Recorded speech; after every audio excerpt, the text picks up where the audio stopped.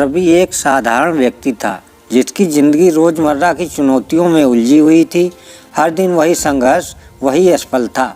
उसकी आंखों में सपने थे लेकिन हिम्मत टूट चुकी थी। एक ठंडी सर्द रात में वह अपने छोटे से कमरे में बैठा अपनी किस्मत को कोस रहा था। अचानक बिजली चली गई और कमरे में घना अंधेरा छा गया। उसने मोमबत्ती जलाई और उसकी मध्यम रोशनी में एक पुरानी डायरी निकली। वह डायरी उसकी माँ ने दी थी, जिसमें एक नोट लिखा था, बेटा अगर कभी हिम्मत हार जाओ तो इसे पढ़ना। रवि ने उस पन्ने को खोला। वहाँ लिखा था, अंधेरी रातें हमेशा सुबह के उजाले की शुरुआत होती हैं।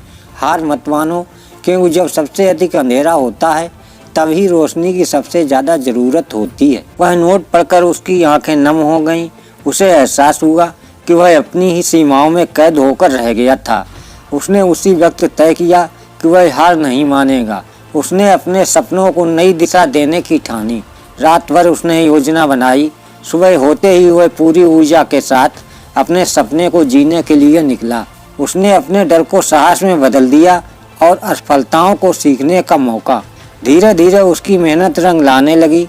कुछ महीनों बाद वही रवि जो एक वक्त हार मान चुका था, अपने काम में सफल हो चुका था।